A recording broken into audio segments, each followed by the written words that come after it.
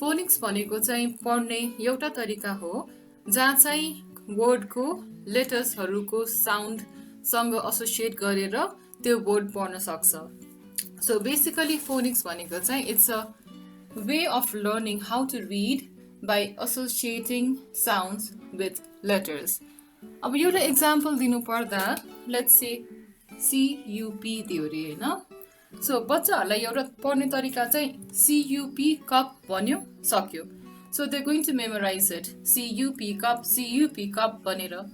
अनि अर्को वे चाहिँ के भन्दा अब हामीले चाहिँ यो जुन इन्डिभिजुअल लेटरहरू हुन्छ नि तिनीहरूको पहिला साउन्ड सिकाउने। लाइक एभ्री लेटरले के साउन्ड भन्छ, जस्तै सी को साउन्ड क, अनि यु को साउन्ड चाहिँ अ, पी ले चाहिँ प गर्छ भन्दाखेरि बच्चाहरूले चाहिँ तिनटालाई सँगै राखेर क अ प कप भनेर सिक्छ। सो यही रिडिङ गर्ने तरिकालाई चाहिँ फोनिक्स भन्छौँ। र अब कमिङ डेजमा चाहिँ हामीले यो फोनिक्सको बारे अलिकति कुरा गर्छौँ र हाम्रो अब्जेक्टिभ चाहिँ यो फोनिक्सको बारे आइडिया दिने पेरेन्ट्सलाई। अनि त्योबाट बिस्तारै हजुरको चाइल्डको लेभल हेरेर you can teach them different kinds of words, you can teach them how to read different kinds of words. Thank you. आजको सेसनमा चाहिँ हामी फोनिम्स र ग्राफिम्स कभर गर्छौँ। यो फोनिम्स र ग्राफिम्स भन्ने अलिकति कम्प्लेक्स साउन्ड गर्छ होला, तर they not complex at all र it's very important to understand what these are in order to know फोनिक्समा के पढाउने आफ्नो बच्चालाई भनेर। किन भन्दा फोनिक्समा त देयर सो मेनी थिङ्स होइन, जस्तै यो एबिसिडीको साउन्डदेखि लिएर there are other sounds also. So बच्चालाई चाहिँ पहिला कुन अर्डरमा पढाउने, जस्तै उसलाई भावल साउन्ड पढाउने कि एबिसिडीको अलग पढाउने कि अब कुन बेला उसलाई कुन स्पेलिङ पढाउने, अलिकति कम्प्लेक्स वर्ड्स लाइक नाइफ जहाँ चाहिँ के र एनको साउन्ड आउँछ एज एन, तिनीहरू चाहिँ कुन बेलामा आएर पढाउने। सो यस्तो डिफ्रेन्ट क्वेसन्स आउन सक्छ हामी पेरेन्ट्सलाई। सो त्यो भएको हुनाले चाहिँ अब यो फोनिम र ग्राफिमको कन्सेप्ट दियो भने चाहिँ at least it will form a basis from where we can start planning. अनि यसमा चाहिँ भन्नुपर्दा there are so many resources on these. So मैले चाहिँ I'm just trying to give some pointers, तर बाँकी रिसर्च चाहिँ you can just do it on Google and you will find plenty of resources. अब most of them are very useful. तर if you are overwhelmed कुन चाहिँ रिसोर्समा जाउँ हो भने चाहिँ अब I'm giving you some URLs here in the description. You can go there and check. For starters, I think it's going to be helpful. Then if you want more information, you can obviously Google and you can find for resources that will match your needs. Now let's begin with phonemes and graphemes. कुनै पनि ल्याङ्ग्वेजमा त्यसको smallest unit of sound हुन्छ नि त्यसलाई चाहिँ phoneme भन्छौँ। अब जस्तै हामीले क्याटमा हेऱ्यो भने it sounds like one word CAT, तर त्यसलाई हामीले ध्यान दिएर सुन्यो भने चाहिँ यो तीनटा डिफ्रेन्ट साउन्डले बनेको हुन्छ इङ्ग्लिसमा क एट। अब यो जुन स्मलेस्ट युनिट छ नि जस्तै क, त्योभन्दा सानो त हामीले ब्रेक गर्न सक्दैनौँ। सो त्यो क अनि एट तीनटा डिफ्रेन्ट युनिट्स अफ साउन्ड्स अथवा तीनटा डिफ्रेन्ट फोनिमले बनेको हुन्छ। अब यही क्याटमा चाहिँ यो तीनटा जुन साउन्ड भन्यो नि हामीले यो तीनटा फोनिम त्यसलाई चाहिँ केले रिप्रेजेन्ट गर्छ त, जस्तै क को साउन्डलाई चाहिँ सीले रिप्रेजेन्ट गर्छ, एह कलाई एले र कलाई चाहिँ टीले गर्छ। सो यो फोनिमको जुन करेस्पोन्डिङ लेटर्स अथवा कम्बिनेसन अफ लेटर्स हुन्छ नि त्यो युज गर्ने लेटर्सलाई चाहिँ हामी ग्राफिम्स भन्छौँ। तर एउटा फोनिमलाई नै it's not necessary that it is represented by the same letter or combination of letters. For example, अब क्याटको केसमा चाहिँ क भन्ने साउन्डलाई सीले रिप्रेजेन्ट गर्छ भने किडको केसमा चाहिँ त्यही साउन्ड चाहिँ त्यही नै छ। So it's the same phoneme क भन्ने, तर किडको केसमा चाहिँ त्यसलाई केले रिप्रेजेन्ट गर्छ। सो यो जुन फोनिम चाहिँ सेम हो, फोनिम भनेको चाहिँ that has to do with the sound. So यो ख भन्ने फोनिमलाई चाहिँ हामीले सीबाट पनि रिप्रेजेन्ट गर्छौँ, केबाट पनि रिप्रेजेन्ट गर्छौँ। सो यो जुन सिम्बल अथवा लेटरहरू युज गरेर हामीले फोनिमलाई रिप्रेजेन्ट गर्छौँ हामीले त्यसलाई नै ग्राफिम भन्छौँ so in other words one phoneme can have one or more graphemes.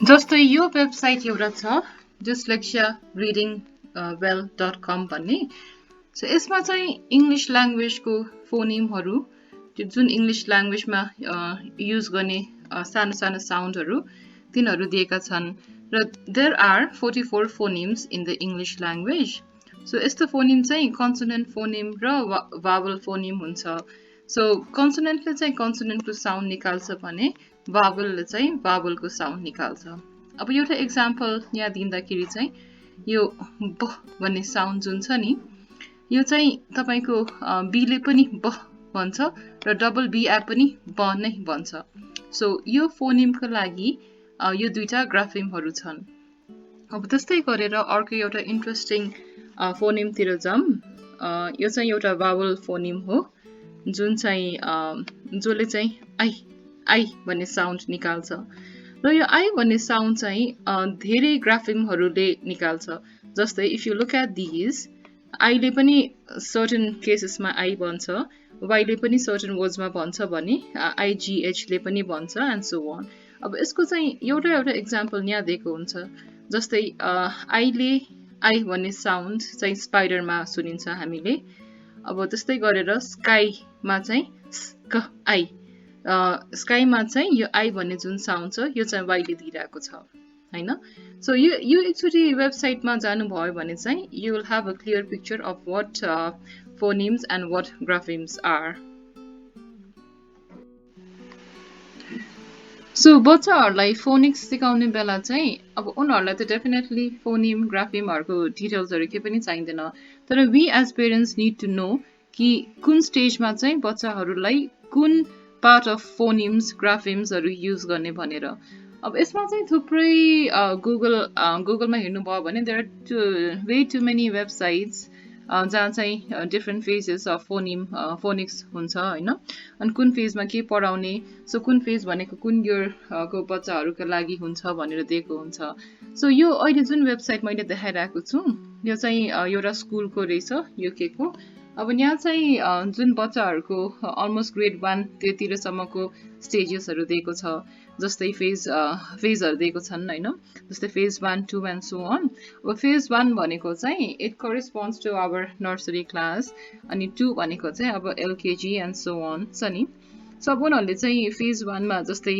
सुरुमा चाहिँ बच्चाहरूलाई त्यो साउन्डसँग नै फेमिलियर हुन सिकाउँछ they don't immediately teach them ABCD को साउन्डहरू सो सुरुमा चाहिँ राइमहरू गराएर हैन अब डिफ्रेन्ट साउन्डहरू सुनाएर they just make them accustomed to the different sounds around अनि बिस्तारै बिस्तारै एलकेजी मा गएर चाहिँ उनीहरूले चाहिँ अल्फाबेटहरू चिन्छ र यो अल्फाबेटको करेस्पोन्डिङ साउन्डहरू के छ भनेर सिक्छन् हैन अब त्यसमा चाहिँ सुरुमा 19 लेटर्सबाट सिकाउँछन् अब यो स्कुलमा चाहिँ सो डिफ्रेन्ट स्कुलको अब डिफ्रेन्ट सिकाउने तरिका होला तर जेनरली चाहिँ तिनीहरूको फेज चाहिँ यसरी डिभाइड गरेको हुन्छ अब एलकेजी को मेबी टुवर्ड्स अलिकति अगाडि गएपछि हैन तिनीहरूले चाहिँ अब सानो वर्डहरू पनि सिक्छन् जस्तै क एट एमएटी मा एट भनेर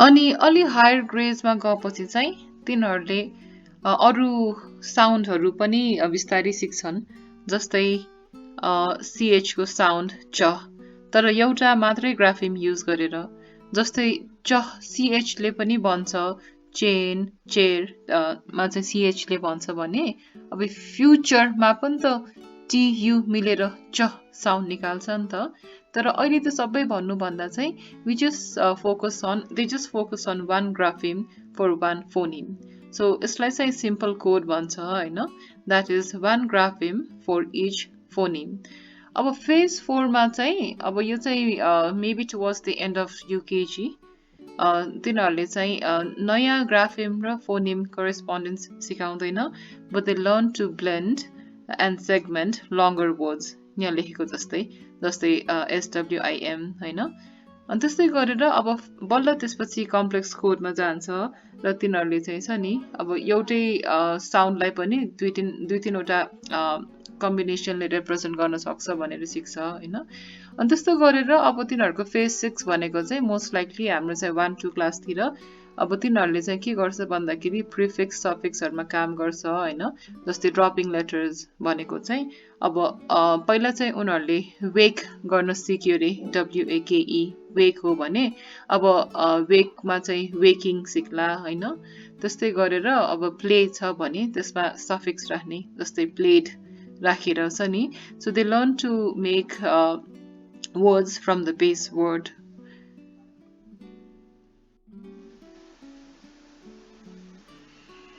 अब यो अर्को वेबसाइट छ theschoolrun.com भन्ने, यसमा पनि फोनिक्सको बारे एक्सप्लेन गरेको छ र डिफरेन्ट फेजेस अफ फोनिक्समा के हुन्छ भनेर चाहिँ यहाँ अझै राम्रोसँग दिएको छ है। जस्तै फेज 1 मा चाहिँ के हुन्छ होइन, अनि फेज 2 मा गएर चाहिँ कस्तो कस्तो सिकाउँछ अनि कस्तो वर्ड्सहरू उनीहरूले सिक्छ। जस्तै यो CVC होला, कन्सोनेन्ट भावल कन्सोनेन्ट टाइपको वर्ड्स, क एह ड ब एह ड भने जस्तै। अनि सबै वर्ड्सहरू उनीहरूलाई साउन्डबाटै पनि सिकाउनु पर्दैन यो पोइन्टमा। सो कमन वर्ड्स जस्तै द, गो, जुन चाहिँ उनीहरूले सानो सानो फ्रेजहरू रिड गर्नको लागि चाहिन्छ नि, त्यस्तो पनि सिकाउँछ भने। अनि फेज 3 मा के सिकाउँछ होइन, अनि फेज 4, 5, 6। सो यो बेसिकली अब बच्चाहरू सानै हुँदासम्म 6-7 इयर्स हुँदासम्म के सिक्नुपर्छ भनेर चाहिँ यो स्टेज बाई स्टेज नै प्लान गरेको छ यसमा, र यो डिटेल्सहरू दिएको छ होइन। अनि अर्को चाहिँ के छ भन्दाखेरि अब जस्तै यो अर्को दुईटा वेबसाइट मैले देखाउन लाग्छु यहाँ, मैले एक्सप्लोर गरेको चाहिँ अक्सफोर्ड आउल भन्ने छ, अनि अर्को चाहिँ मोन्स्टर फोनिक्स होइन। अब यसमा चाहिँ अब if you go to readings फोनिक्समा जानुभयो भने चाहिँ अब जस्तै फोनिक्समा जानुभयो भने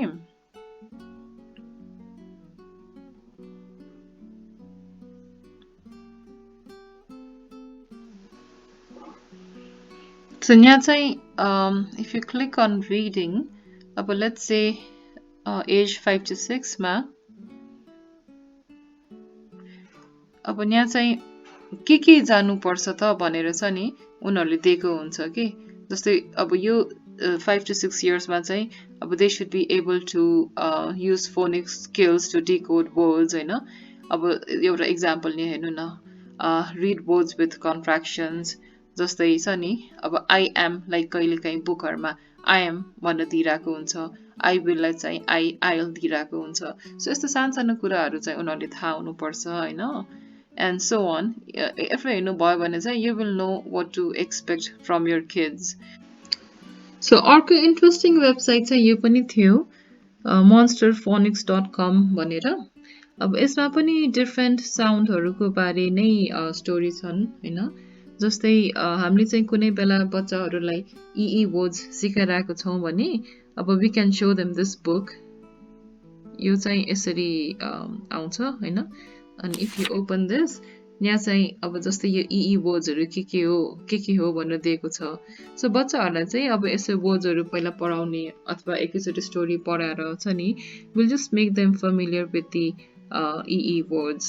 सो त्यस्तै गरेर अब you can find plenty of such stories or books. अब you can find them free and some of them could be paid as well. So जुन आफूलाई सुट हुन्छ you can go for it. Okay, so bottom line के भन्दाखेरि phonics is a very important concept in helping your kids how to learn हैन। अब स्कुलहरुमा definitely they can't just be doing phonics all the time, र सबै वर्डहरु पनि phonics को through नै सिक्नु पर्छ भन्ने छैन। तर as a parent मेरो एक्सपेक्टेसन चाहिँ अब स्कुलहरुले at least some basic concepts of phonics introduce चाहिँ गराइराख्नु पर्छ in every stage।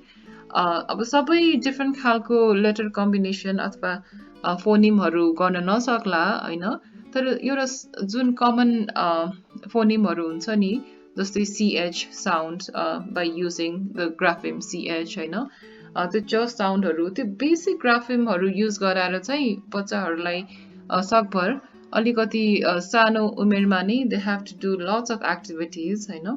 अब 1-2 क्लाससम्म यसरी एक्टिभिटिज गऱ्यो भने चाहिँ पछि गएर it will be easy for them to pick words, to pick new words and to read them. So that's all in this session. About going forward, we are going to show some different activity samples on how we implemented phonics and how you could also maybe try some of them. And if you also have aru kei idea haru, you could also share with us. Thank you.